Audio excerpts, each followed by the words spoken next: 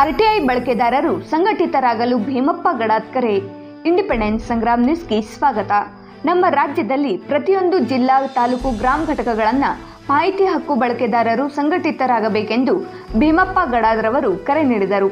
ಅವರು ಕರ್ನಾಟಕ ವಿದ್ಯಾವರ್ತಕ ಸಂಘದಲ್ಲಿ ಆಯೋಜಿಸಿದ ಮಾಹಿತಿ ಹಕ್ಕು ಕಾಯ್ದೆಗಳ ಅಧ್ಯಯನ ಕಾರ್ಯಾಗಾರ ಕಾರ್ಯಕ್ರಮದ ಮುಖ್ಯ ಅತಿಥಿಗಳಾಗಿ ಆಗಮಿಸಿ ಮಾತನಾಡಿದರು.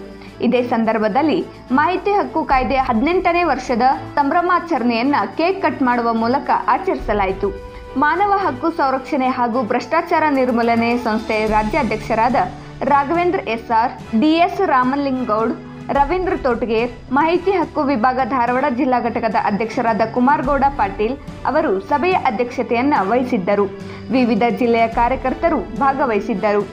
ಧಾರವಾಡ ಜಿಲ್ಲಾ ಘಟಕದಿಂದ ಭೀಮಪ್ಪ, ರಾಮಲಿಂಗೌಡ, ರವೀಂದ್ರ ತೋಟಗೇರ್ ಅವರನ್ನ ಸನ್ಮಾನಿಸಲಾಯಿತು. ರಾಜ್ಯ ಘಟಕದಿಂದ ಕುಮಾರ್ ಪಾಟೀಲ್ ರವರನ್ನ ಸನ್ಮಾನ ಮಾಡಿದರು. ಮಾನವ ಹಕ್ಕು ಸಂರಕ್ಷಣೆ ಹಾಗೂ ಭ್ರಷ್ಟಾಚಾರ ನಿರ್ಮೂಲನಾ ಸಂಸ್ಥೆ ಮಾಹಿತಿ ಹಕ್ಕು ವಿಭಾಗ ಎಲ್ಲ ಅಧ್ಯಕ್ಷರು, ಪದಾಧಿಕಾರಿಗಳು, ರಾಜ್ಯ ವಿವಿಧ ಜಿಲ್ಲೆಗಳಿಂದ ಆಗಮಿಸಿದಂಥ ಎಲ್ಲ ಕಾರ್ಯಕಾರಿಣಿ ಸದಸ್ಯರುಗಳಿಗೂ ತುಂಬ ಹೃದಯದ ಸ್ವಾಗತ, ಸುಸ್ವಾಗತ.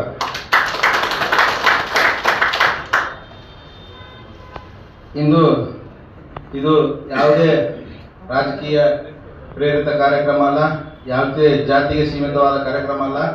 ನಮ್ಮ ಯಾರು ಕಾರ್ಮಿಕರದಾರ ತಪ್ಪು ತಿಳ್ಕೊಬಾರ್ದು. ಯಾರೋ ಒಬ್ಬ ಮನುಷ್ಯ ಮಾತಾಡಿದವ್ರಿಗೆ ಅವ್ರಿಗೆ ಹಾಕಿದವ್ರಿಗೆ ಏನಾಗತ್ತಂದ್ರೆ ಇಲ್ಲಿ ಯಾವುದು ನಮ್ಮ ಹಕ್ಕು, ಮಾಹಿತಿ ಹಕ್ಕು ಅಂದ್ರೆ ನಮ್ಮ ಹಕ್ಕನ್ನು ನಾವು ಪಡೆಯೋದು ಹೆಂಗಪ್ಪ ಅನ್ನುವಂಥದ್ದು ಮಾರ್ಗದರ್ಶನವನ್ನು ತಿಳುವಳಿಕಿದ್ದವರು ಅತಿ ಹೆಚ್ಚು ಇದರಲ್ಲಿ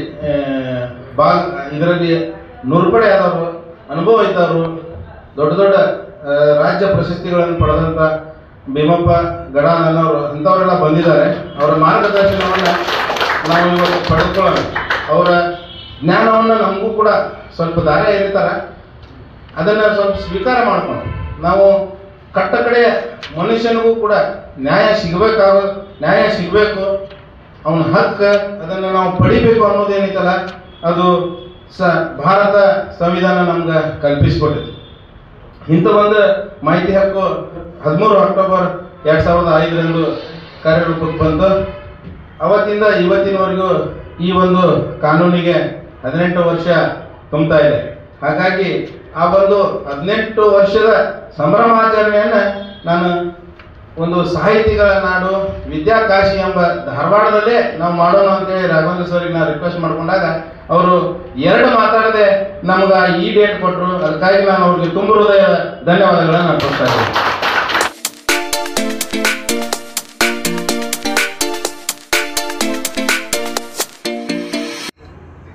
ಇವತ್ತು ನಾವು ಮಾಹಿತಿ ಹಕ್ಕು ಅಂತೇಳಿ ನಾವು ಹೇಳ್ತಾ ಇದ್ದೀವಿ. ಆದರೆ ಮಾಹಿತಿ ಹಕ್ಕುಗಳ ಬಗ್ಗೆ ನಿಜವಾಗಿಯೂ ಕೂಡ ಕಾನೂನಿನಲ್ಲಿ ಏನಿದೆ, ಕಾನೂನಿನ ಅರಿವಿನ ಬಗ್ಗೆ ನಾವು ತಿಳಿದುಕೊಳ್ಳುವಂಥದ್ದು ಬಹಳ ಮಹತ್ವದ ವಿಷಯವಾಗಿದೆ. ಯಾಕಂತಂದರೆ ಇವತ್ತು ಕಾನೂನು ಅಂತಂದಮೇಲೆ ಬಹಳ ಕ್ಲಿಷ್ಟಕರವಾದಂಥ ವಿಷಯಗಳು, ಅದನ್ನು ತಿಳಿದುಕೊಳ್ಳೋದನ್ನು ಕೂಡ ಕಠಿಣ. ಆದರೂ ಕೂಡ ಅದನ್ನು ಸರಳ ರೀತಿಯಲ್ಲಿ ಹೇಳಲಿಕ್ಕೆ ನಾನು ಬಯಸ್ತಾ ಇದ್ದೇನೆ. ಸ್ವಲ್ಪ ಮಾಹಿತಿ ಕಾಯ್ದೆಯ ಬಗ್ಗೆ ಹಿನ್ನೆಲೆಯನ್ನು ನೋಡಿದಾಗ ಆ ಹಿನ್ನೆಲೆ ಬಗ್ಗೆ ನಾವು ಚರ್ಚೆ ಮಾಡಬೇಕಾದ್ರೆ ಸರ್ಕಾರ ನೌಕರಸ್ಥರನ್ನ ತರಬೇಕು ಅಂದರೆ ಸರ್ಕಾರ ನೌಕರಸ್ಥರನ್ನ ತರ್ತೀರಿ ಎಲ್ಲ ಒಳ್ಳೇದು, ಕರೆಕ್ಟು. ಆದರೆ ಸರ್ಕಾರ ನೌಕರರಲ್ಲಿ ಇರುವಂಥ ವ್ಯಕ್ತಿಗಳು ತಮ್ಮ ಮಕ್ಕಳನ್ನ ಸರ್ಕಾರಿ ಶಾಲೆಯಲ್ಲಿ ಕಲಿಸ್ತಾ ಇದ್ದಾರೆ ಹೇಗೆ? ಇಲ್ಲ, ಯಾರೂ ಕೂಡ ಕಲಿಸ್ತಾ ಇಲ್ಲ. ಎಲ್ಲರೂ ಕೂಡ ಪ್ರೈವೇಟ್ ಶಾಲೆಯಲ್ಲೇ, ಖಾಸಗಿ ಶಾಲೆಯಲ್ಲೇ ಕಲಿಸ್ತಾ ಇರೋದು. ಕಾನೂನು ಹುಟ್ಟಿದ ಬಗ್ಗೆ ಎಲ್ಲ ಕಲಿಸ್ತವ್ರು ಹೇಳಿದ್ದಾರೆ. ಇದು ಒಂದೇನಪ್ಪ ಅಂದ್ರೆ ಇವತ್ತು ನನಗೆ ಭಾಳ ಸಂತೋಷ ಆಗ್ತಾ ಇದೆ. ಪ್ರತಿ ಜಿಲ್ಲೆಯಲ್ಲೂ ಇಂಥ ಸಂಘಟನೆಗಳು ಹುಟ್ಟಾಕಬೇಕು. ಆ ಸಂಘಟನೆಗಳು ಜಿಲ್ಲಾ ಮಟ್ಟದಲ್ಲಿ ಹುಟ್ಟಾಕಿದಾಗ ಈ ಗ್ರಾಮೀಣ ಮಟ್ಟದಲ್ಲಿ ಇದರದ್ದು ಏನಪ್ಪ ಮಾಹಿತಿ ಹಕ್ಕು ಕಾನೂನು ಅಂದ್ರೆ ಏನು, ಧಾರವಾಡದಾಗ ಮೀಟಿಂಗ್ ಆಗಿ ಹೋಗೋಣ ಅಂತೇಳಿ ಎಲ್ಲರೂ ತಲೆಯಾಗಿ ಬಂದು ಇಲ್ಲಿ ಕೇಳಿ ನಾವು ಅರ್ಜಿ ಹಾಕ್ಬೇಕಂತೆ ಮಂದಿ ತಲೆಯಾಗಿ ಬರಬೇಕಿತ್ತು. ಇದೇನಪ್ಪ ಅಂದ್ರೆ ಒಂದು ಭ್ರಷ್ಟ ಅಧಿಕಾರಿಗಳಿಗೆ ಶಿವ ಸ್ವಪ್ನ ಮಾಹಿತಿ ಹಕ್ಕು ಕಾನೂನು. ಇದು ಮಾಹಿತಿ ಹಕ್ಕು ಬರೆಸಿಕೊಳ್ಳೋರಾಗಿರ್ಬೋದು, ಕಾರ್ಯಕರ್ತರಾಗಿರ್ಬೋದು, ನಾವು ಅಧ್ಯಯನ ಮಾಡಿದರೆ ಈಗ ಹೆಚ್ಚು ಬೆಳವಣಿಗೆ ಆಗುವುದು. ಇದ್ರ ಜೊತೆಗೆ ಮಾಧ್ಯಮ ಸ್ನೇಹಿತರ ಸಂಪರ್ಕ ನಮ್ಗೆ ಭಾಳ ಮುಖ್ಯ. ಏನಾಗ್ತಾರೆ, ಒಬ್ಬರು ಮಾಹಿತಿಯನ್ನು ತೆಗೆದುಕೊಂಡು ಬಿಟ್ಟ ನಂತರ ಅದು ಸಾರ್ವಜನಿಕರಿಗೆ ಮುಟ್ಟಬೇಕಂದ್ರೆ ಅಲ್ಲಿ ಮಾಧ್ಯಮಗಳ ಪಾತ್ರ ಬಹಳ ಮುಖ್ಯ. ಮಾಧ್ಯಮಗಳು ಇರುವುದರಿಂದನ ಇದು ಮಾಹಿತಿ ಹಕ್ಕು ಕಾನೂನು ಇನ್ನೂ ತುಂಬ ಒಂದು ಯಶಸ್ಸನ್ನು ಕಾಣ್ತದೆ ಅಂತ ಹೇಳಿ ಬಯಸ್ತಾ ಇದ್ದೀನಿ. ಆ ಥರ ಏನಾಗ್ತೈತಿ, ನಾವು ಈ ರಾಮಾಯಣ ಹೇಳೋದ್ನಾಗ ಕಡಿಮೆ ಅವಧಿಯಲ್ಲಿ ಹೇಳತ್ ಹೇಳ್ಬಿಡ್ತಾರೆ, ಸಮಯ ಭಾಳ ಆದಾಗ ನಾವು ಈ ದೊಡ್ಡ ಕತೆ ಐತಿ ರಾಮ ಸೀತಾನ ಕತೆ ಕಡಿಮೆ ಅವಧಿ ಒಳಗೆ ಹೆಂಗೆ ನೋಡಪ್ಪ. ಅವಾಗ ಏನಾಗ್ತಾನ, ನಾವು ಭಾಳ ಶಾನೆ ಇರ್ತಾನೆ, ಸಂಪೂರ್ಣ ರಾಮಾಯಣ ಹೇಳ್ತಾನೆ ಕೇಳಿರ್ತಾನೆ. ದಶರಥನ ಕಂದ, ರಾವಣನ ಕೊಂದ, ಸೀತೆಯನ್ನು ತಂದ, ಅಯೋಧ್ಯೆಗೆ ಬಂದ, ರಾಮಾಯಣ ಸಮಾಪ್ತಿ. ಹಂಗ ಈ ಪ್ರಕಾರ ಕಾರ್ಯಕ್ರಮಗಳು ಪ್ರತಿ ಜಿಲ್ಲಾ ಮಟ್ಟದಲ್ಲಿಯೂ ನಡೀಬೇಕು. ಇದ್ರ ಬಗ್ಗೆ ಏನು ತಿಳುವಳಿಕೆ ಸಾಕಷ್ಟು ಜನರಿಗೆ ಬರಬೇಕು. ಅದಲ್ಲದೆ ಮಾಹಿತಿ ಹಕ್ಕು ಕಾರ್ಯಕರ್ತರು ಅವ್ರು ಕೇಳ್ತಾರೆ, ಅವ್ರು ಬಳಕೆದಾರರು, ಏನ್ರಿ ನಮ್ಗೆ ಏನ್ರಿ ಐಡೆಂಟಿ ಕಾರ್ಡ್ ಐತೆ ಅಂತ. ನಾವು ಅವಾಗ ಹೇಳ್ತು ಅವ್ರಿಗೆ, ಇದೇನು ಐಡೆಂಟಿ ಕಾರ್ಡ್ ಇರೋದಿಲ್ಲಪ್ಪ, ನೀವೇನು ಮಾಹಿತಿ ತೆಗೆದ ಚಲೋ ಮಾಹಿತಿ ತೆಗೆದಂದ್ರೆ ಪೇಪರ್ದವರು ಟಿ ವಿ ಅವರು ತಾಮ ನಿಮ್ಮ ಗಂಡ ಬರ್ತಾರೋ ಅವಾಗ ನಿಮ್ಮ ಪಬ್ಲಿಸಿಟಿ ಆಗುತ್ತೆ ಅಂತ ಹೇಳ್ತು ನಾವು. ಆದರೂ ಈಗಿನ ತಕ್ಕಂತೆ ಏನಂತಂದ್ರೆ ಪ್ರತಿಯೊಂದಕ್ಕೂ ಒಂದು ID ಕಾರ್ಡ್ ಅಂತ ಮಾಡಿಕೊಟ್ರೆ ಅವ್ರಿಗೂ ಒಂದಪ್ಪ ಹೌದಪ್ಪ ನಾನು ಮಾಹಿತಿ ಹಕ್ಕು ಬಳಕೆದಾರರು ಅಂತೇಳಿ ಅವ್ರಿಗೊಂದು ಸಮಾಧಾನ ಆಕೈತಿ. ಅದಕ್ಕೆ ಅಧ್ಯಕ್ಷರಲ್ಲಿ ಜಿಲ್ಲಾಧ್ಯಕ್ಷರಲ್ಲಿ ನಂದೇನಪ್ಪ ವಿನಂತಿ, ಎಲ್ಲ ಈ ಮಾಹಿತಿ ಹಕ್ಕು ಕಾರ್ಯಕರ್ತರಾಗಿರೋದು ಬಳಕೆದಾರರ ಪರವಾಗಿ ತಾವು ಮುಂದಿನ ದಿನಗಳಲ್ಲಿ ಈ ಕುರಿತು ಒಂದು ಸಮಾಲೋಚನೆ ಮಾಡಿ ಅದಕ್ಕೆ ಏನಾದರೂ ಒಂದು ಲಿಮಿಟ್ ಫೀ ಮಾಡಿ ಅವ್ರಿಗೆ ID ಕಾರ್ಡ್ ಗುರುತಿನ ಚೀಟಿ ಅಂತ ಕೊಡುವಂಥ ವ್ಯವಸ್ಥೆಯನ್ನು ಕೂಡ ತಾವೆಲ್ಲ ಮಾಡಿದ್ರೆ ಅವರಲ್ಲಿ ಮತ್ತೊಂದೀಗ ಇಂಟ್ರೆಸ್ಟ್ ಹೆಚ್ಚಾಗೈತಿ ಮತ್ತು ಒಳ್ಳೆ ಮಾಹಿತಿ ಹಕ್ಕು ಕಾನೂನು ಬಂದ್ಮ್ಯಾಗ ನಿಮಗೆಲ್ಲ ಗೊತ್ತಿದೆ. ಅರ್ಜಿ ಆಗೋದ್ರಲ್ಲಿ ಒಂದು ಸ್ವಲ್ಪ ಅದ್ರ ಬಗ್ಗೆ ನಾನು ಹೇಳ್ತೀನಿ. ಎಲ್ಲ ಅಧಿಕಾರಿಗಳು ಏನು ಮಾಡ್ತಾರೆ, ನಿಮ್ಮ ಅರ್ಜಿವಾದ ನಂತರ ಇದನ್ನ ಏನು ಮಾಡಿ ರಿಜೆಕ್ಟ್ ಬರ್ತದೆ ಅನ್ನೋದು ಹೋಗ್ತಾರೆ. ಮೊದಲು ಏನು ಕಾರಣ ಆಯ್ತು ರಿಜೆಕ್ಟ್ ಮಾಡಬೇಕು. ಈಗ ಕೇಳ್ತೀರಿ, ನಿಮ್ಮ ಧಾರವಾಡದಲ್ಲಿ ನಡೆದಂಥ ಇಲ್ಲಿ ಕಿತ್ತೂರಲ್ಲಿ ನಡೆದ ರಾಣಿ ಕಿತ್ತೂರು ಚೆನ್ನಮ್ಮ ಉತ್ಸವಕ್ಕೆ ಖರ್ಚಾದ ಹಣವೆಷ್ಟು, ಪಟ್ನ ಹಣವೆಷ್ಟು ಅಂದರೆ ನಿಮ್ಮ ಅರ್ಜಿಯು ಪ್ರಶ್ನಾರ್ಥಕ ರೂಪದಲ್ಲಿರುತ್ತದೆ, ಮಾಹಿತಿಯನ್ನು ನಿರಾಕರಿಸಲಾಗಿದೆ ಅಥವಾ ಬರ ಕಳಿಸಿರ್ತಾರೆ. ಅದಕ್ಕೆ ನೀವು ಶಣ್ಯರಾಗಬೇಕಲ್ಲ, ಏನಾಗಬೇಕು, ಕಿತ್ತೂರಲ್ಲಿ ನಡೆದಂಥ ರಾಣಿ ಚೆನ್ನಮ್ಮ ಉತ್ಸವಕ್ಕೆ ವೆಚ್ಚವಾದ ಹಣದ ವಿವರ ನೀಡುವುದು ಅಂದರೆ ಪ್ರಶ್ನಾರ್ಥಕ ಅಲ್ಲಿ ಹೀಗೆ ಬರೀಬೇಕು ನೀವೆಲ್ಲ. ವೆಚ್ಚವಾದ ಹಣದ ವಿವರ ನೀಡುವುದು ಅಂದರೆ ಏನಾಗ್ತೈತಿ, ನಾವು ಪಟ್ಟ ಕೊಡ್ಬೇಕು ಮಾಹಿತಿ. ಅದಲ್ಲದೆ ಕೆಲವು ಕಡೆ ಏನಾಗ್ತೈತಿ, ನಾವು ಅರ್ಜಿ ಹಾಕ್ಬಿಟ್ಟ ನಂತರ ಅವ್ರಿಗೆ ನಾವು ಕೇಳಕ್ಕಾಗ್ತೀವಿ. ಕೆಲವು ಕಾರ್ಯಕರ್ತರು ಇರ್ತಾರೆ, ಅವ್ರು ಏನು ಮಾಡ್ತಾರೋ ಏನೇ ನಾವು ಅರ್ಜಿ ಹಾಕಿ ಹೇಳಿದ್ರು ಸಾಕು ನಮ್ಮ ಮಾಹಿತಿನ ಕೊಡೋರು ಕೇಳ್ತಾರೆ. ಅವ್ನು ಹೇಳ್ತಾನೆ ಅಧಿಕಾರಿ, ಏನಪ್ಪ ಇನ್ನೂ 30 ವರ್ಷ ಆಗಿಲ್ಲ, ನೀವ್ಯಾಕೆ ಫೋನ್ ಹಚ್ಚಾಕ್ತೀರಿ, ನಮ್ಗೆ 30 ವರ್ಷ ಆದರೆ ಕೇಳ್ರಿ. ಅದಕ್ಕೆ ನಮ್ದು ಏನಪ್ಪ ವಿನಂತಿ, ಯಾವುದೇ ಈ ಮಾಹಿತಿ ಬಳಸ್ಕೊಳ್ಳುವಂಥ ಕಾರ್ಯಕರ್ತರು ಅರ್ಜಿಯನ್ನು ಹಾಕಿ ಕಚೇರಿಗೆ ಹೋಗುವಂಥ ವ್ಯವಸ್ಥೆಯನ್ನು ಮಾಡಬೇಡಿ. ನಾವೆಲ್ಲ ಅಲ್ಲೇ 30 ವರ್ಷ ಆದರೂ ಅಪೀಲ್ ಮಾಡಿ ಮೇಲು ಪ್ರಾಧಿಕಾರ ಇರ್ತದೆ. ಮಣ್ಣೊಂದು ಘಟನೆ ಬಿಜಾಪುರದಲ್ಲಿ ಆ ಕಾರ್ಯಕರ್ತರು ಅರ್ಜಿ ಹಾಕಿದವರು, ಅಧಿಕಾರಿಗೆ ಅವ್ರು ಏನೋ ವೈಯಕ್ತಿಕ ದ್ವೇಷಿತ್ತು, ಅರ್ಜಿ ಹಾಕಿದ ಒಂದು 15 ಫುಟ್ ಸರ್ ಹೋಗಿದ್ದಾರೆ ಇವರು. ಏನಾದ್ರಿ ಅಂತ ಹೇಳಿ ಕೇಳಕ್ಕೆ, ನಮ್ಮ ಅರ್ಜಿ ಹಾಕಿದ್ದು ಏನಾಯ್ತು ಬಂದಿವಿ ಈಗ ಕೇಳೋಣಪ್ಪ. ಅಧಿಕಾರಿ ಏನು ಮಾಡಿದಾನೆ ಅದ್ರಾಗ ಅವ್ರ ಮ್ಯಾಗ ಒಂದು ಕಂಪ್ಲೇಂಟ್ ಮಾಡಿಬಿಟ್ಟ. ನಮ್ಮ ಕರ್ತವ್ಯಕ್ಕೆ ಕಚೇರಿ ಅವಧಿಯಲ್ಲಿ ಬಂದ ಕರ್ತವ್ಯಕ್ಕೆ ಚ್ಯುತಿ ಮಾಡಿ ಅಂತೇಳಿ ಕಂಪ್ಲೇಂಟ್ ಮಾಡಿ ಧಾರವಾಡ ಹೈಕೋರ್ಟ್ದಪ್ಪ ಜಾಮೀನು ಆಗ್ತಾವೆ 3 ವರ್ಷಕ್ಕೆ. ಪಾಪ ಅಂಥ ಅಧಿಕಾರಿಗಳು ಇರ್ತಾರೆ. ಅದಕ್ಕೆ ಅಧಿಕಾರಿಗಳನ್ನ ಭ್ರಷ್ಟಾಚಾರ ಬಿಟ್ಟ ಕೆಲಸ ಮಾಡ್ಸಕ್ಕಾಗಿದ್ದರೆ ನಮ್ಮ ಅಸ್ತ್ರವನ್ನು ಭಾಳ ಜಾಗರೂಕರಾಗಿ ನಾವು ಉಪಯೋಗ ಮಾಡಬೇಕು. ಅಂದಾಗ ಮಾತ್ರ ಇದು ಸಾಧ್ಯ. ನಿಮಗೆಲ್ಲ ಗೊತ್ತಿರ್ಬೋದು, ಬೆಳಗಾವಿ ಹತ್ತಿರ ಎಳ್ಳೂರು ಒಂದು ಕರ್ನಾಟಕದಲ್ಲಿ ಇದ್ದರೆ ಅದಕ್ಕೆ ಮಹಾರಾಷ್ಟ್ರ ರಾಜ್ಯದ ಬೋರ್ಡ್ ಇದೆ. ಕರ್ನಾಟಕದಲ್ಲಿದ್ದರೂ ಮಹಾರಾಷ್ಟ್ರ ರಾಜ್ಯ. ಅದಕ್ಕೆ ನಾವೇನು ಆಯ್ಕೆ ಅದಕ್ಕೆ ಕೇಳಿದ್ವಿ ನಾವು, ಎಳ್ಳೂರು ಎಲ್ಲಿತ್ತಪ್ಪ, ಕರ್ನಾಟಕದಾಗ ಆಯಿತು ಮಹಾರಾಷ್ಟ್ರದಾಗ ಆಯಿತು. ಇದು ನನ್ನ ಜೀವನದಲ್ಲಿ ನಡೆದಂಥ ದೊಡ್ಡ ಕಥೆ. ಇದೊಂದು 2 ನಿಮಿಷ ಹೇಳ್ತಾನೆ.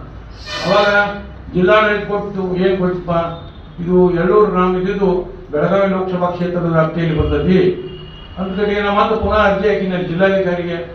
ಬೆಳಗಾವಿ ಲೋಕಸಭಾ ವ್ಯಾಪ್ತಿಯಲ್ಲಿ ಬಂದರೆ ಇಲ್ಲಿ ಮಹಾರಾಷ್ಟ್ರ ರಾಜ್ಯ ಅಂತೇಳಿ ಬೋರ್ಡ್ ಬರ್ತೈತಿ, ಇದು ನಿಮಗೆ ಕಂಡಕ್ಟಿರು, ಇದ್ರ ಬಗ್ಗೆ ಮಾಹಿತಿ ಕೊಡ್ರಿ. ಜಿಲ್ಲಾಡಳಿತ ಇದು ಜಿಲ್ಲಾ ಪಂಚಾಯತಿ ಬೆಳಗಾವಿ ಸಂಬಂಧ ಐತೆ ಬರೆದ್ರು, ಅರ್ಜಿ ಆಗಿ ವರ್ಗಾವಣೆ ಮಾಡಿದ್ರು. ಜಿಲ್ಲಾ ಪಂಚಾಯತಿ ಬೆಳಗಾವಿಯವ್ರು ಏನು ಮಾಡಿದ್ರು, ಇದು ಲೋಕೋಪಯೋಗಿ ಇಲಾಖೆಗೆ ಸಂಬಂಧಿತ ಅವ್ರು ಬರೆದ್ರು. ಲೋಕೋಪಯೋಗಿ ಇಲಾಖೆ ಅವ್ರು ಏನು ಮಾಡಿದ್ರು, ಇದು ತಾಲೂಕ್ ಪಂಚಾಯತಿ ಬೆಳಗಾವಿ ಸಂಬಂಧಿತ ಬರಬೇಕು. ಇಟ್ರಾಗ 6 ತಿಂಗಳು ಆಗಿರ್ತದೆ. ಇದನ್ನ ಯಾಕೆ ಹೇಳಕ್ಕೆ ನಾವು ನಿರಾಶೆ ಆಗ್ಬಾರ್ದು ಅಂತ ಬೆಳಗಾವಿ ತಾಲೂಕ್ ಪಂಚಾಯತ್ ಅವ್ರು ಬರೆದ್ರು, ಇದು ಎಳ್ಳೂರು ಗ್ರಾಮ ಪಂಚಾಯತಿ ಸಂಬಂಧಿತ ಬರಬೇಕು. ಅದೇನಾಗಿತ್ತಂದ್ರೆ ಎಳ್ಳೂರು ಗ್ರಾಮ ಹತ್ತಿರ ಒಂದಿಷ್ಟು ಕಲ್ಲು ಅದು, ಅದ್ರ ಮ್ಯಾಗ ಎಳ್ಳೂರು ಮಹಾರಾಷ್ಟ್ರ ರಾಜ್ಯ ಬರ್ದಾರ. ಅದು ಕರ್ನಾಟಕದಲ್ಲಿ ಪೂರ ಮಹಾರಾಷ್ಟ್ರ ಅಂತ ಹೇಳಿ ಬಂದಿದ್ದವು. ಆ ಕಲ್ಲು ತಂದಿಸ್ಬೇಕು ನಮ್ದು ಆಸೆ. ಆದರೆ ಅಂಥ ಕಲ್ಲನ್ನು ಕವಲ ಮಾಡೋಕೆ ನಮ್ಮ ಸರ್ಕಾರದ ಪೊಲೀಸ್ ಇಲಾಖೆ 20 ವರ್ಷದಿಂದ ಒಂದು ದೊಡ್ಡ ಗಾಡಿ ನಿಲ್ಲಿಸುತ್ತಾರೆ. ಜಾಳಗಿ ಗಾಡಿ ಅಂತಲ್ಲ ನಮ್ಮ ಜವಾರಿ ಜಾಳಗಿ ಗಾಡಿ 20 ವರ್ಷದಿಂದ ಇತ್ತಲ್ಲಿ. ಆ ಕಲ್ಲು ಯಾವ ರೀತಿ ಹಾಕಿ ಹೆಚ್ಚಿದವ್ರ ಗದ್ದು ಬೆಳಗಾವದ ಹಾಕೈತಪ್ಪ ಅಂತೇಳಿ ಕವಲ ಕೂತಿದ್ರು ಇವರ ಕಾಯಕ್ಕೆ. ಅದ್ರ ಕೇಳುವಾಗ ಮಹಾರಾಷ್ಟ್ರ ರಾಜ್ಯ ಬರೋದು ಅಂತೇಳಿ ಎರಡು ಪಂಚಾಯತ್ ಹೋದು ಆ ಎರಡು ಪಂಚಾಯತ್ ಬರುತ್ತೆ ನಿಮ್ಮ ಪಂಚಾಯತ್ ವ್ಯಾಪ್ತಿಯಲ್ಲಿ ಕರ್ನಾಟಕದಲ್ಲಿದ್ರು ಮಹಾರಾಷ್ಟ್ರ ರಾಜ್ಯಕ್ಕೆ ನಾಮಫಲಕ ಐತಿ. ನಿಮ್ಗೆ ಏನು ಗೊತ್ತ ಜನ ಅವ್ರು ಬರೆದ್ರು ನಾಮಫಲಕ ಇದ್ದದ್ದು ಖರೆ, ಮಹಾರಾಷ್ಟ್ರ ರಾಜ್ಯ ಬರೆದದ್ದು ಖರೆ ಅದು ನಮ್ಮ ಗ್ರಾಮ ಪಂಚಾಯತಿ ವ್ಯಾಪ್ತಿ ಬಿಟ್ಟು ಹೊರಗೈತೆ ಅಂತ ವ್ಯಾಪ್ತಿ ಬಿಟ್ಟು ಹೊರಗೈತಿ. ಗ್ರಾಮ ಪಂಚಾಯತಿ ವ್ಯಾಪ್ತಿ ಬಿಟ್ಟು ಹೊರಗೈತೆ ಅಂದ್ರೆ ಲೋಕೋಪಯೋಗಿ ಇಲಾಖೆಯವರು ಅಂತೂ ಮೊದಲೇ ಹೇಳಿದ್ರು ಅದು ನಮ್ಮ ಲೋಕೋಪಯೋಗಿ ಇಲಾಖೆ ಕರ್ದು ಇದ್ರು ಸಹಿತವಾಗಿ ಅದು ಗ್ರಾಮ ಪಂಚಾಯತಿ ವ್ಯಾಪ್ತಿಯಲ್ಲಿ ಅಂತ ಇವ್ರು ಹೇಳಿಕೆ ಇದಾಗ್ತಿರು. ಕಡೆಗೆ ಇವನ್ನೆಲ್ಲ ಗೊಳೆ ಮಾಡಿ ನಾವು ಕೋರ್ಟ್ದಾಗ ಒಂದು ಪೇ ಹಾಕಿದ್ವು. ಇದೇನು ಕೆಲಸ ಆಗೋದಿಲ್ಲ ಈ ರಾಜಕಾರಣಿಗಳ ಕೈಯಾಗ. ಯಾಕಂದ್ರೆ ಆ ಕಲ್ಲು ತೆರವುಗೊಳಿಸಿದ್ರೆ MES ಓಟ್ ಬರೋದು ನಮ್ಮ ರಾಜಕಾರಣಿಗಳು ಹಂಚಿಕೆ ಏಕೀಕರಣ ಸಮಿತಿ ಓಟ್ ಬರಲಿಲ್ಲ ಅಂತೇಳಿ ಕೋರ್ಟ್ದಾಗ ಪೇ ಹಾಕಿದಾಗ ಆ ಒಂದು ಕಲ್ಲನ್ನು 5,000 ಜನ ಪೊಲೀಸ್ ಕೂಗ್ ತೆಗೆದು ನಿಮಗೆಲ್ಲ ಗೊತ್ತೈತಿ. ಇದು ಮಾಹಿತಿ ಹಾಕಿದ್ದೀನಿ. ನಮ್ಮ ಕನ್ನಡ ನಾಡ ಧ್ವಜ ನಮ್ಮ ಸರ್ಕಾರಿ ಮತ್ತು ಅರೆ ಸರ್ಕಾರಿ ಕಚೇರಿಗಳ ಕಟ್ಟಡದ ಮೇಲೆ ಸತತವಾಗಿ ಹಾರಾಡಬೇಕಿಲ್ಲಿ. ರಾಷ್ಟ್ರಧ್ವಜ ಕೃತಿ ಪ್ರಧಾನ ಕರ್ನಾಟಕದಲ್ಲಿ ನಮ್ಮ ಧ್ವಜ ಯಾರು ತಕರಾರಿಸಿ ಇದಕ್ಕೂ ಎಲ್ಲ ರಾಜಕಾರಣಿ ಮಾಡಾಕ್ತಿರು. ಅದಕ್ಕೆ ಈ PI ತಯಾರು ಮಾಡಾಕ್ತೀನಿ ಮುಂದಿನ ವಾರದಾಗ ಬರ್ತೈತೆ ಅದಕ್ಕೂ. ಆದ್ದರಿಂದ ಏನು ಮಾಡಬೇಕು ಅನ್ನೋದು ಮಾಹಿತಿ ಹಾಕಿಂದ ಕೆಂಪು ಲೈಟ್ ಎಲ್ಲ ಹೋದು ನಿಮ್ಗೆ ಗೊತ್ತೈತಿ.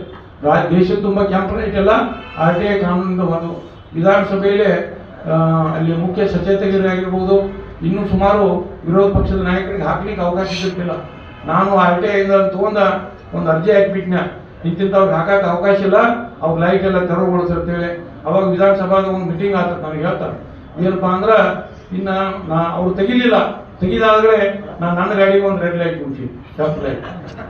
ನಂದು ಶಿಯಾಜ್ ಗಾಡಿ ಇತ್ತು, ನನ್ನ ಗಾಡಿಗೆ ಬರೋಬ್ಬರಿ 9 ತಿಂಗಳು 14 ಲೈಟ್ ಕುಂತೀನಿ. ಇಡೀ ದೇಶನ ಸುತ್ತಾ ಇದ್ವಿ. ದಿಲ್ಲಿ ಬರೀ 300 ಕಿಲೋಮೀಟರ್ ಯಾರು ಹಿಡಿಯಾಗ್ತಾ ಇರಲಿಲ್ಲ.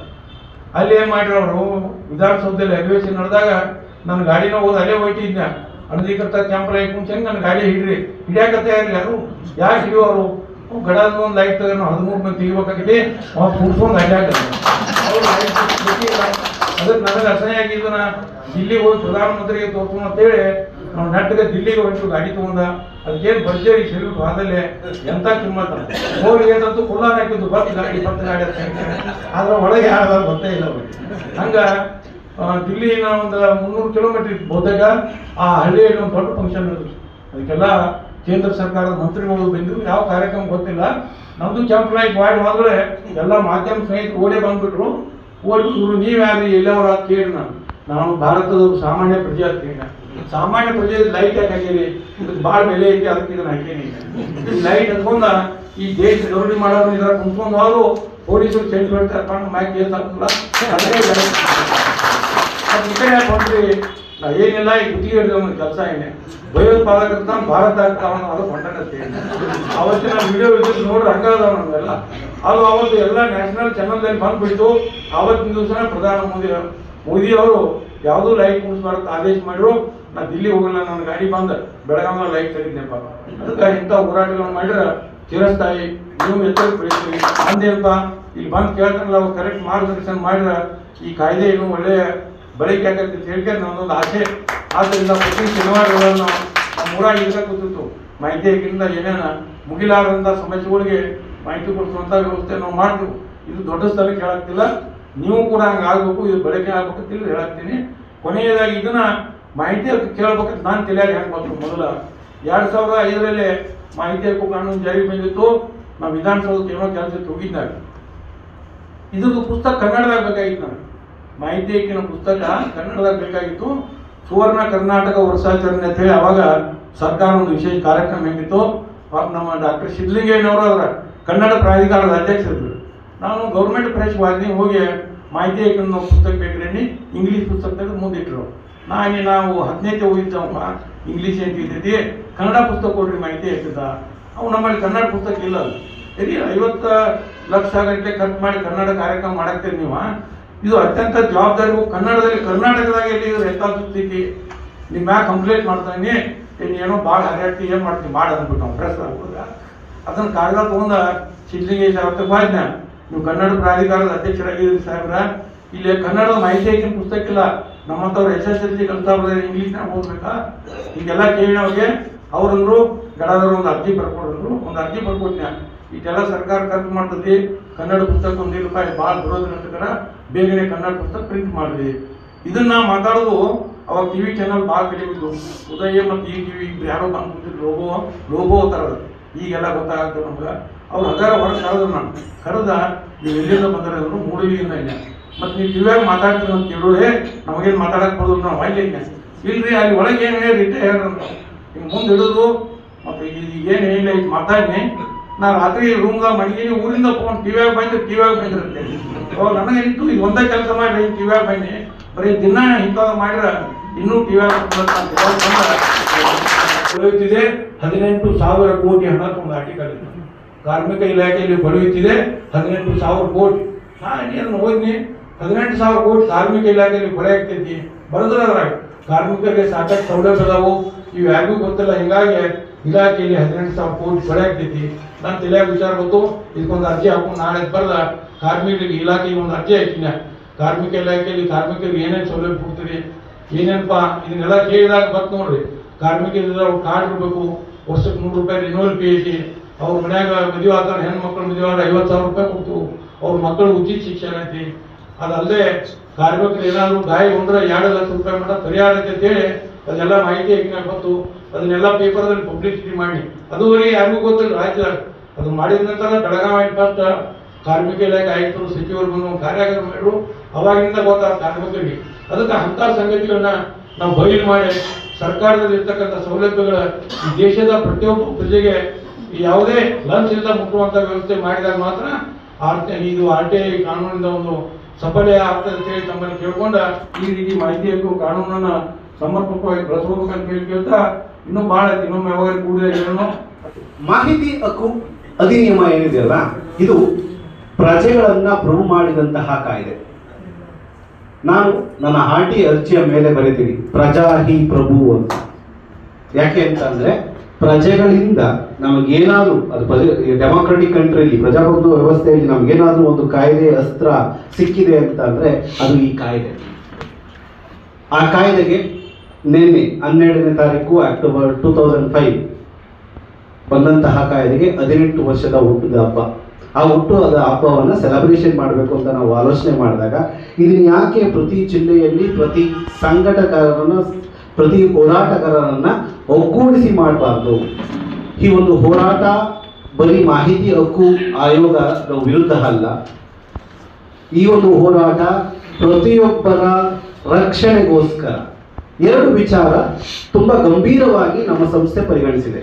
ಒಂದು, ಪ್ರತಿಯೊಬ್ಬ ಹೋರಾಟಗಾರರಿಗೆ ಹಲ್ಲೆಗಳಾಗ್ತಾ ಇದೆ, ಕೊಲೆಗಳಾಗ್ತಾ ಇದೆ, ಫೇಕ್ FIRಗಳಾಗ್ತಾ ಇದ್ದಾವೆ, ಜಾತಿ ನಿಂದನೆಗಳಾಗುತ್ತೆ, ಹಾಗೂ ಸುಮಾರು ಸಮಸ್ಯೆಗಳನ್ನು ಅವ್ರು ಹೇಳ್ಕೊಳ್ಳೋಕ್ಕೂ ಆಗೋದಿಲ್ಲ.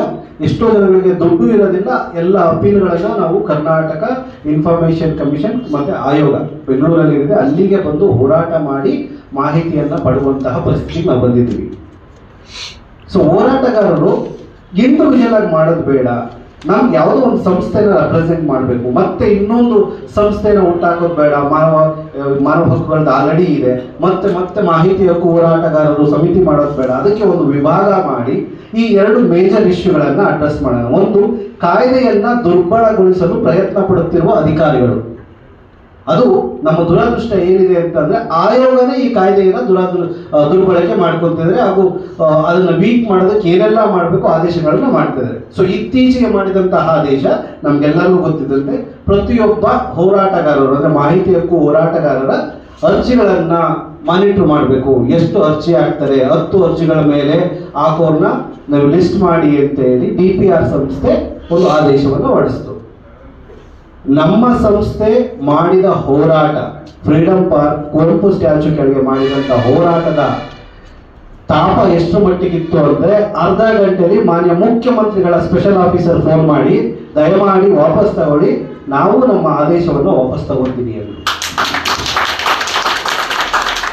ಸೊ ನಾವಿನ್ನೂ ಹೋರಾಟ ಮಾಡಿ ಆಚೆ ಬಂದಿರಲಿಲ್ಲ. ಆಲ್ರೆಡಿ ನಮ್ಮ ಆದೇಶದ ಪ್ರತಿ ನಮಗೆ ಬಂದಿತ್ತು. ಈ ಧನ್ಯವಾದವನ್ನ ಸಂಪೂರ್ಣ ಜನತೆಗೆ ಅಂದ್ರೆ ಕರ್ನಾಟಕದ ಪ್ರತಿಯೊಬ್ಬ ಹೋರಾಟಗಾರರಿಗೆ ಅರ್ಪಿಸ್ತೀನಿ. ನಾನು ಕೆಲವು ಹೆಸರುಗಳನ್ನು ಹೇಳ್ತೀನಿ. ಇವತ್ತು ಅವರು ತುಂಬಾ ದೂರದಿಂದ ಬಂದಿದ್ದಾರೆ. ಇವತ್ತು ಯಾಕೆ ನಾವು ಸ್ಟೇಜ್ ಮೇಲೆ ಇರೋರು ಎಲ್ಲರ ಹೆಸರು ನಾವು ಒಂದು 5 ಸರಿ 10 ಸರಿ ಹೇಳಿದ್ದೀವಿ. ಆದರೆ ನಾವು ಐಡೆಂಟಿಫೈ ಮಾಡಿದ್ರೆ ನಮ್ಮ ಜೊತೆಯಲ್ಲಿ ಶ್ರಮಪಟ್ಟು ಬರ್ತಾ ಇರೋರನ್ನ ನಾವು ಮರಿಬಾರ್ದು ಅಂತ ಹೇಳಿ ಮಂಜುಶ್ರೀ ಚಿತ್ರದುರ್ಗ ಜಿಲ್ಲೆಯಿಂದ ಬಂದಿದ್ದಾರೆ. ಹಾಗೂ ತಿಪ್ಪೇಸ್ವಾಮಿ ರಾಯಚೂರವರಿಂದ ಬಂದಿದ್ದಾರೆ. ಬಸವಣ್ಣ ತಿಗಾಡಿ ಅವರು, ಸಂಯುಕ್ತ ಟೈಮ್ಸ್ ಟಿವಿ ಮುಖ್ಯಸ್ಥರು, ವಿಜಯ್ ಹಾವೇರಿಯಿಂದ ಬಂದಿದ್ದಾರೆ, ಮಾರುತಿ ಬೆಳಗಾವಿಯಿಂದ ಬಂದಿದ್ದಾರೆ. ನಾನು ಇದೇ ರೀತಿ ನಾನು ಲಿಸ್ಟ್ ಮಾಡಿದ್ರೆ 425 ಜನ ನನ್ನ ಗ್ರೂಪಲ್ಲಿದ್ದಾರೆ. ಇವರು ಯಾರು ಏನೂ ಅಪೇಕ್ಷೆ ಪಡದೆ, ರಾಘವೇಂದ್ರ ಏನೋ ಒಂದು ಹೆಲ್ಪ್ ಮಾಡ್ತಾನೆ, ದುಡ್ಡು ಕೊಡ್ತಾನೆ, ಕಾಸು ಕೊಡ್ತಾನೆ ಅಂತಲ್ಲ, ಕೇವಲ ಒಂದು ಕಾಯ್ದೆಯನ್ನ ಕಾಪಾಡುವ ನಿಟ್ಟಿನಲ್ಲಿ ಶ್ರಮ ಪಡುತ್ತಿರುವ ಶ್ರಮಜೀವಿಗಳು. ಇವತ್ತು ಧಾರವಾಡ ಜಿಲ್ಲೆಯಲ್ಲಿ ನಮ್ಮ ಕುಮಾರಗೌಡರು ಹೇಳಿದ್ದಾರೆ, ಸರ್ ನಾವು ಒಂದು ಆಯೋಜನೆ ಮಾಡೋಣ, ಧಾರವಾಡದ ಸಭಿಕರಿಗೆ, ಸರ್ವ ನಾಗರಿಕರಿಗೆ ಇದೊಂದು ಅರಿವು ಕಾರ್ಯಕ್ರಮ ಮಾಡೋಣ, ಸಾಧ್ಯವಾದರೆ ಚಿಂತನ ಮಂಥನ ಮಾಡೋಣ, ಸೊ ಹಾಗೂ ಅಧ್ಯಯನ ಮಾಡೋಣ.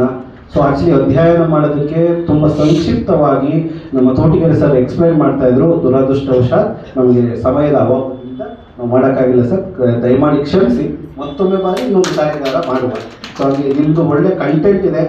ಇಲ್ಲಿ ಇರೋ ಎಕ್ಸ್ಪರ್ಟ್ಸ್ಗಳು ಹೆಂಗಿದೆ ಅಂದರೆ ಆ ಕಂಟೆಂಟ್ ಮೀರವ್ರೆ, ಆದರೆ ನಾಗರಿಕರಿಗೆ ತುಂಬ ಅತ್ಯವಶ್ಯವಾದಂಥ ಮಾಹಿತಿ ಇದೆ. ಅದನ್ನು ನಾವು ಸದ್ಬಳಕೆ ಮಾಡ್ಕೊಳ್ತೀವಿ, ಸರ್ವರಿಗೂ ಅದನ್ನು ತಲುಪಿಸುವಂತಹ ಪ್ರಯತ್ನ ಮಾಡ್ತೀವಿ ಸರ್. ಸೊ ಈ ಎರಡು ವಿಷಯಗಳ ನಂತರ ಸುಮಾರು ಅಲಿಗೇಷನ್ಸ್ಗಳು ಬರ್ತವೆ, ಪತ್ರಕರ್ತರುಗಳು ಹೇಳ್ತಾರೆ, ಸೊ RTA ಕಾರ್ಯಕರ್ತರುಗಳು RTIನ ದುರ್ಬಳಕೆ ಮಾಡ್ಕೊತಾರೆ ಅಂತ. ನಾನು ಕೆಲವು ಹೋರಾಟಗಾರರಿಗೂ ಈ ಒಂದು ವೇದಿಕೆ ಮೂಲಕ ಹೇಳ್ತೀನಿ, ಹಾಗೂ ಯಾರ್ಯಾರು ಪತ್ರಕರ್ತರು ಹೇಳ್ತಾರೋ ಅವ್ರಿಗೂ ಒಂದು ಮಾತು. ಅಸಲಿ ಮತ್ತೆ ನಕಲಿ ಅನ್ನೋದಿದ್ರೆ, ಅಸಲಿಯಾಗಿ ಹೋರಾಟ ಮಾಡುವಂತಹ ಎಲ್ಲ ಬೀಜಗಳು ಬದುಕುತ್ತೆ. ನಕಲಿಯಾಗಿ ಹೋರಾಟ ಮಾಡ್ತಿದ್ರೆ ಅವು ಸಾಯುತ್ತೆ. ಆದರೆ ಹೋರಾಟದಲ್ಲಿ ಯಾವುದು ಕಾಯ್ದೆಗಳಲ್ಲಿ ಯಾವುದೋ ಒಂದು ದುರ್ಬಲಗೊಳಿಸಲು ಆದೇಶ ಬಂದಾಗ ಸರ್ವರು ನಿಂತು ನಮ್ಮ ವಾಯ್ಸನ್ನು ರೈಸ್ ಮಾಡಬೇಕು. ನಾವು ನಮ್ಮ ಧ್ವನಿಯನ್ನ ಒಕ್ಕಲಿಂದ ಕೂಗಿದಾಗ ಮಾತ್ರ ಅವ್ರಿಗೆ ಗೊತ್ತಾಗುತ್ತೆ RTA ಕಾರ್ಯಕರ್ತರು ಒಗ್ಗೂಟಾಗಿದ್ದಾರೆ. ಸೊ ನಾವು ಕಾಯ್ದೆಯನ್ನ ಒಡಿಬಾರ್ದು, ಒಡೆದರೆ ಇವರು ನಮ್ಮ ಮೇಲೆ ತಿರುಗಿ ಬೀಳ್ತಾರೆ ಅಂತ. ಇದು ಒಂದು ಚಿಕ್ಕ ಆದೇಶ, ಚಿಕ್ಕ ಆದೇಶವನ್ನು ನಾವು ಬಿಟ್ಟಿಲ್ಲ. ಯಾಕೆಂದ್ರೆ ಇದು ಒಂದು ಎಲ್ಲೋ ಒಂದು ಮೊದಲ ಹೆಜ್ಜೆ, ಆ ಮೊದಲ ಹೆಜ್ಜೆನೆ ಕಟ್ ಮಾಡಬೇಕು ಅಂತ. ಸೊ ಇವತ್ತು ನಮ್ಮ ನೆಕ್ಸ್ಟ್ ಅಜೆಂಡಾ ಏನಿದೆ ಅಂತಂದ್ರೆ, ಕಲಬುರಗಿ ಜಿಲ್ಲೆಯಲ್ಲಿ ಒಂದು ಪೀಠವನ್ನು ಸ್ಥಾಪಿಸಬೇಕು. ಪೀಠ ಆಲ್ರೆಡಿ ಇದೆ. ದುರದೃಷ್ಟವಶಾತ್ ಅಲ್ಲಿರುವಂತಹ ರವಿನಂದ್ರ ಗುರುನಾಥ್ ಡಾಕಪ್ಪ ಆಯುಕ್ತರು ಬೆಂಗಳೂರನ್ನ ಬಿಟ್ಟು ಬರೋಕ್ಕೆ ರೆಡಿ ಇಲ್ಲ. ಯಾಕಂದ್ರೆ ವೆದರ್ ಪ್ರಾಬ್ಲಮ್ ಗೊತ್ತಲ್ಲ, ಬೆಂಗಳೂರು ಇಷ್ಟ ಆಗುತ್ತೆ, ಕಲಬುರಗಿ ಸ್ವಲ್ಪ ಬಿಸಿ ಇರ್ತದೆ ಅಂತ. ಸೊ ನಮ್ಮ ನೆಕ್ಸ್ಟ್ ಹೋರಾಟ ಏನಾದರೂ ಇದ್ರೆ ಅದು ಕಲಬುರಗಿ ಪೀಠವನ್ನ ಸ್ಥಾಪಿಸುವುದು. ಹಾಗೂ ಸುಮಾರು ಅರ್ಜಿಗಳನ್ನ ಆಯುಕ್ತರು ಅಂದ್ರೆ ಕರ್ನಾಟಕ ಮಾಹಿತಿ ಆಯೋಗ ಅಂದ್ರೆ ಪರ್ಟಿಕ್ಯುಲರ್ ಪೀಠದ ಆಯುಕ್ತ ಯಾರಿದ್ದಾರೆ ಡಾಕಪ್ಪ ಅವರು 400-500 ಅರ್ಜಿಗಳನ್ನ ಒಂದು ದಿನದಲ್ಲಿ ವಜಾ ಮಾಡುವಂತಹ ಕೆಲಸ ಮಾಡ್ತಿದ್ದಾರೆ. ಅಂದ್ರೆ ಅಪೀಲೆಂಟ್ ಯಾರ್ಯಾರು ತರ್ತಿದ್ದಾರೆ, ಇಲ್ಲಿರುವಂತಹ PAO APAO ಎಲ್ಲ ಮೀರಿ ನಾವು ಎಲ್ಲೋ ನ್ಯಾಯ ಸಿಗುತ್ತೆ, ಅಟ್ಲೀಸ್ಟ್ ಮಾಹಿತಿ ಆಯೋಗದಲ್ಲಾದ್ರೂ ನ್ಯಾಯ ಸಿಗುತ್ತೆ ಅಂತ ಹೋದ್ರೆ ಒಂದೇ ದಿನದಲ್ಲಿ ಅವರು ಬರೆದಿರುವಂತಹ ಅಷ್ಟೂ ಅರ್ಜಿಗಳನ್ನ ಇಲ್ಲೇ ಇರುವಂತಹ ಅವರು ಜಮಖಂಡಿ ಅವ್ರದ್ದು 435 ಅರ್ಜಿಗಳನ್ನ ಖುಲಾಸೆ ಮಾಡಲು ಆಲ್ರೆಡಿ ಒಂದು ದಿನಕ್ಕೆ ಕೊಟ್ಟಿದ್ದಾರೆ. ಒಂದು ಅಪ್ಲಿಕೇಶನ್ಗೆ 5 ನಿಮಿಷ ಅಂತ ಅಂದ್ರು, ಅವರು 2 ದಿನ 16 ಗಂಟೆ ಟೈಮ್ ತಗೋಬೇಕು. 16 ಗಂಟೆ ನಮ್ಮ ಹತ್ರ ಇಲ್ಲ. ಅಂದ್ರೆ ಅವರ ಮೂಲ ಉದ್ದೇಶ ಅಷ್ಟು ಅರ್ಜಿಗಳನ್ನ ವಜಾ ಮಾಡೋದು. ಸೊ ಇದರ ವಿರುದ್ಧನೂ 19ನೇ ತಾರೀಕು ನಮ್ಮ ಸಂಸ್ಥೆ ಹೋರಾಟ ಮಾಡೋದಿದೆ. ಅದಕ್ಕೆ ಒಂದು ಕೇಕನ್ನು ಕತ್ತರಿಸುವ ಮೂಲಕ ಸೆಲೆಬ್ರೇಷನ್ ಮಾಡೋಣ. ಯಾಕೆಂದರೆ ಈ ಒಂದು ಕಾಯ್ದೆಯಲ್ಲ, ಜನಗಳಿಗೆ ಒಂದು ಪಾರದರ್ಶಕ ಆಡಳಿತ ಕೊಡುತ್ತೆ. ಇನ್ನು ಎಷ್ಟೇ ಭ್ರಷ್ಟಾಚಾರ ಮುಂದುವರೆದ್ರು ನಮಗೆ ಅಟ್ಲೀಸ್ಟ್ ಒಂದು ದಾಖಲಾತಿ ಆದರೂ ಲಭ್ಯ ಇರುತ್ತದೆ. ಸರ್ಕಾರಕ್ಕೆ ಕೊನೆಯದಾಗಿ ಒಂದು ಎಚ್ಚರಿಕೆ ಗಂಟೆ ಏನು ಅಂತಂದರೆ, ತಮಗೆ ಸಾಧ್ಯವಾದರೆ ಭ್ರಷ್ಟಾಚಾರವನ್ನು ಸಂಪೂರ್ಣವಾಗಿ ನಿಲ್ಲಿಸಿ ಅಥವಾ ನಿಯಂತ್ರಣವನ್ನು ತನ್ನಿ. ಮಾಹಿತಿ ಹಕ್ಕು ಕಾಯ್ದೆಯನ್ನು ನಿಯಂತ್ರಣ ತರಕ್ಕೆ ಹೋಗಬೇಡಿ. ಯಾಕೆಂದರೆ ಪಾರದರ್ಶಕ ಆಡಳಿತದಿಂದ ಮಾತ್ರ ಭ್ರಷ್ಟಾಚಾರ ನಿರ್ಮೂಲನೆ ಮಾಡಲು ಸಾಧ್ಯ. ಅವರು ಭ್ರಷ್ಟಾಚಾರ ಮಾಡಬೇಕು ಅಂತ ಹೇಳಿ ಕಾಯ್ದೆಗೆ ಕೈ ಇಟ್ಟರೆ ನಮ್ಮ ಹೋರಾಟಗಾರರು, ನಮ್ಮ ಸಂಸ್ಥೆ ಇದರ ವಿರುದ್ಧ ತಿರುಗಿ ಬೀಳುತ್ತೆ. ಸೊ ಧನ್ಯವಾದಗಳು. ಜೈ ಹಿಂದ್, ಒಳ್ಳೆಯದಾಗಲಿ. ಇದು ಒಂದು ದೊಡ್ಡ ವಿಷಯ. ಪೊಲೀಸ್ ಅಟ್ರಾಸಿಟಿ ಬರುತ್ತೆ, ಉಲ್ಲಂಘನೆಯಲ್ಲಿ ಅದು ಮೊದಲ ಅಧ್ಯಾಯ. ಸೊ ನಾವು ಪ್ರತಿ ಸರಿ ಮಾನವ ಹಕ್ಕು ಉಲ್ಲಂಘನೆ ಆಗಿದೆ ಅಂತಂದ್ರೆ ನಾವು ಪೊಲೀಸ್ ಅಟ್ರಾಸಿಟಿ ಬಗ್ಗೆ ಮಾತಾಡ್ತೀವಿ. ಮುಖ್ಯವಾಗಿ ನಮಗೆ ಗೊತ್ತಿರಬೇಕು ರೂಲ್ಸ್ ಏನಿದೆ ಅಂತ. ಸೊ ಖಂಡಿತವಾಗ್ಲಿ ಗ್ರೀವಿಯನ್ಸ್ ಮೇಲೆ ಪೊಲೀಸರು ಆಕ್ಟ್ ಮಾಡ್ತಾರೆ. ಅಂದ್ರೆ FIR ಅಂದ್ರೆ ನಾವು ಏನೇ ಕಂಪ್ಲೇಂಟ್ ಕೊಟ್ಟರು FIR ಮಾಡಬೇಕು. ಅಂದ್ರೆ ಫಸ್ಟ್ ಇನ್ಫಾರ್ಮೇಶನ್ ರಿಪೋರ್ಟ್. ನಾವು ಏನೇ ಉದ್ದೇಶದಿಂದ ಕೊಟ್ಟಿದ್ರು ಆ ಕಂಪ್ಲೇಂಟನ್ನು FIR ಮಾಡಬೇಕು. ಸೊ ಎಷ್ಟು ಜಾಸ್ತಿ FIRಗಳಾಗುತ್ತೆ, ಆಡಳಿತದಲ್ಲಿ ಸಮಸ್ಯೆ ಆಗುತ್ತೆ ಅಂತೇಳಿ NCRನ ಇಂಟ್ರೊಡ್ಯೂಸ್ ಮಾಡಿದ್ರು. ಅಂತ ಒಂದು ಪಿಟಿಷನ್ನ ಮಾಡ್ಕೊತಾರೆ. ಪಿಟಿಷನಿಂದ ಅವರು ಕರೆಸಿ ಮಾತಾಡಿ ಸಾಧ್ಯವಾದ ರಾಜಿ ಮಾಡುವಂಥದ್ದು, ಇಲ್ಲ ಪೊಲೀಸ್ ನೋಟಿಸ್ ಕೊಡುವಂಥದ್ದು, ಇಲ್ಲಾಂದರೆ ಆಗಿಲ್ಲ ಅಂದರೆ FIR ಮಾಡೋದು ಅಂತ ಮಾಡ್ತಾರೆ.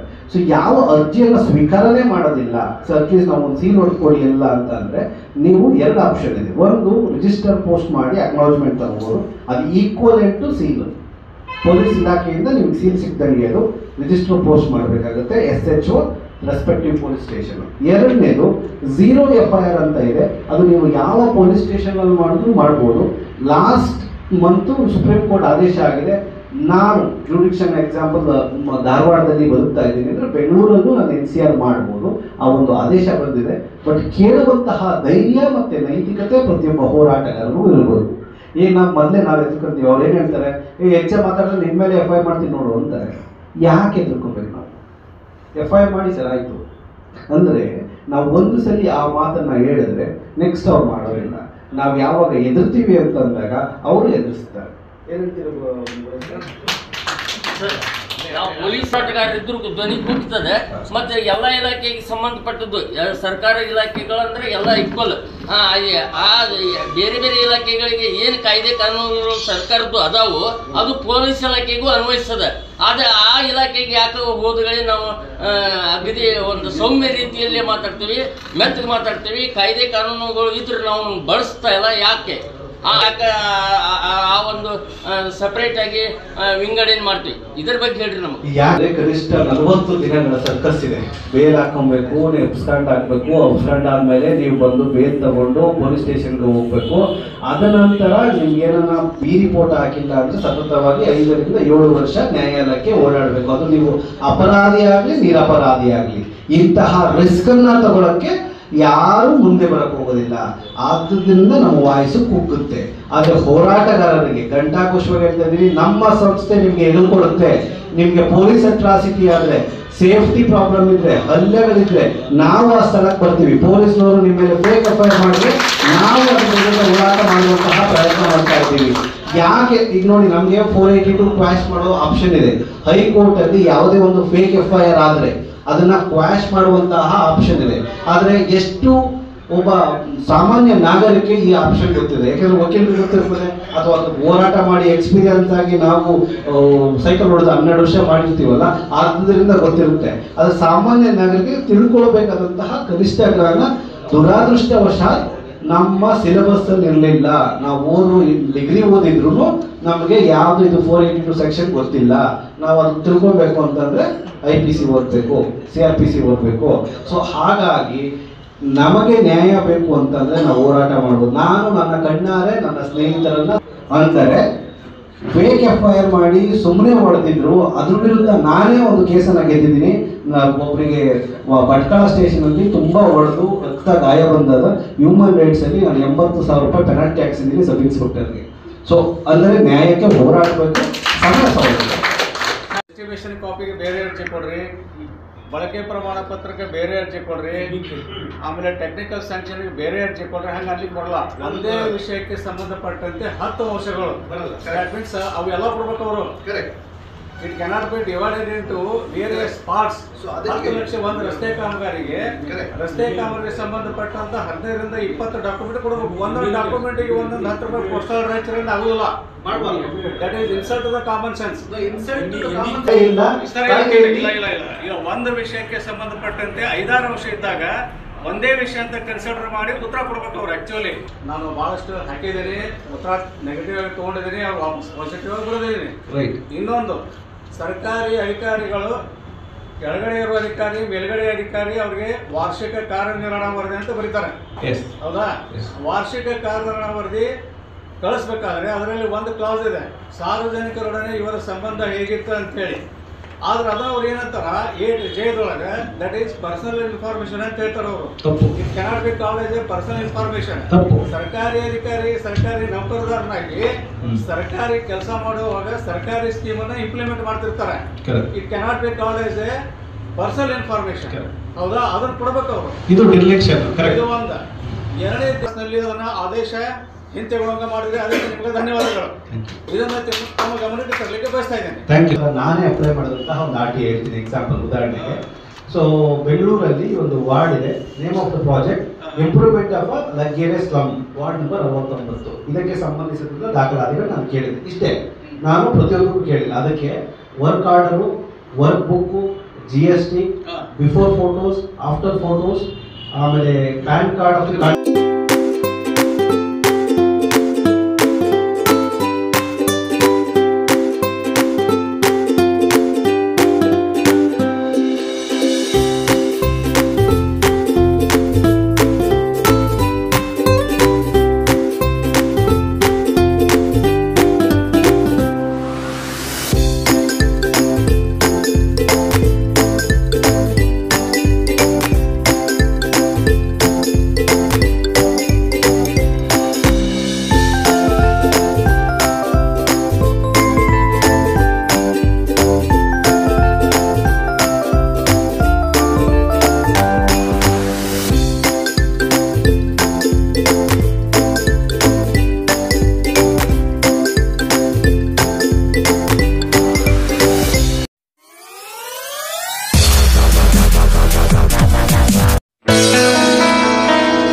Dharwadkar Lawn Function Hall, perfect selection for a lifetime relation. Dharwadkar Lawn Hall, good and beautiful hall. Let's celebrate your parties and events. Dharwadkar Lawn Hall, modern icon and luxurious venue, wedding events, engagement ceremony, birthday parties, school and college events or other events. Enjoyable atmosphere with high-tech security, parking available, memorable most visit Dharwadkar Lawn Hall near Patrapajja Mata, Yadwad Road, Dharwad. Contact 944-8359-741, 988-6391-733.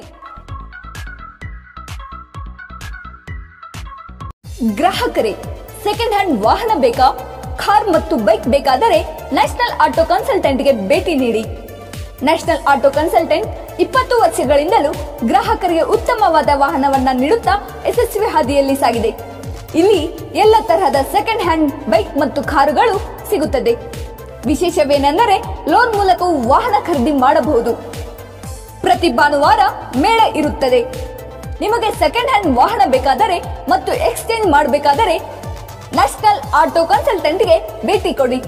ನೀವು ಭೇಟಿ ನೀಡಬೇಕಾದ ಸ್ಥಳ old DSP circle, BSL office near KC park, Dharwad. Mobile ಸಂಖ್ಯೆ 7348821313 9008447288. ಈ ನಂಬರ್ಗೆ ಹೆಚ್ಚಿನ ಮಾಹಿತಿಗಾಗಿ ಸಂಪರ್ಕಿಸಬಹುದು.